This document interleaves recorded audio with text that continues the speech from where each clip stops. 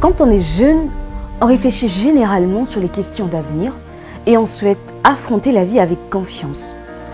En République du Congo, un pays composé relativement de beaucoup de jeunes, une question a été posée à un échantillon pour savoir quel problème rencontre cette jeunesse.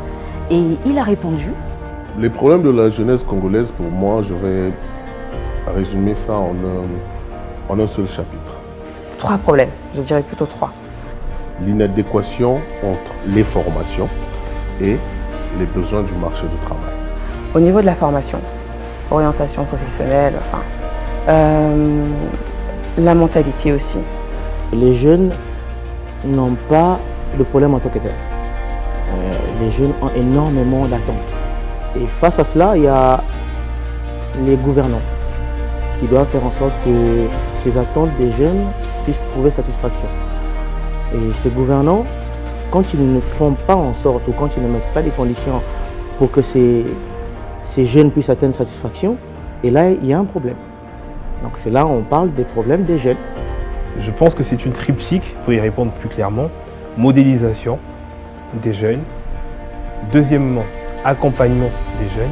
Et troisièmement, on va dire action. C'est beaucoup plus lié à l'orientation. Et quand on parle d'orientation, on voit beaucoup plus la formation. À l'éducation, en partie, à la qualité de vie. Il y a un manque d'ouverture d'esprit, on va dire. On nous a conditionné en fait que nous soyons des employés. Le Congolais ne pense qu'à la cravate. Tout le monde n'est pas né pour être bureaucrate. Puisqu'il y a plusieurs personnes aujourd'hui qui se considèrent comme au chômage, au contraire, ils travaillent. Simplement parce qu'il est chauffeur de taxi, simplement parce que il est ouvrier, il est maçon, il est ferronnier. Il considère en ce moment qu'il n'a pas de travail, qu'il est au chômage. Or, au fond, ce sont des métiers nobles. Si un pays se veut compétitif, ce pays doit pouvoir s'arranger à ce qu'une bonne partie de sa population soit sensibilisée sur les questions de l'entrepreneuriat. La jeunesse pense plus à ce qui va toucher tout de suite en fait. C'est important d'être patient. Quand on s'identifie à quelqu'un qui est de la même origine que la nôtre, du même pays, parfois du même quartier, je crois que ça booste encore un peu plus. Et ça, c'est quelque chose qu'on manque vraiment ici. On va dire, on a présenté ou on présente depuis ces années un mauvais modèle aux jeunes. Vous voyez, un jeune qui a des attentes, un jeune qui veut se former, un jeune qui veut avoir son doctorat, parce que c'était le rêve à l'époque, avoir des gros diplômes, donc les jeunes voulaient aller à l'école. Alors ce jeune, à matin, midi, soir, un modèle qu'on lui présente de quelqu'un qui n'a pas fait tout ça, mais qui a eu tout dans sa vie.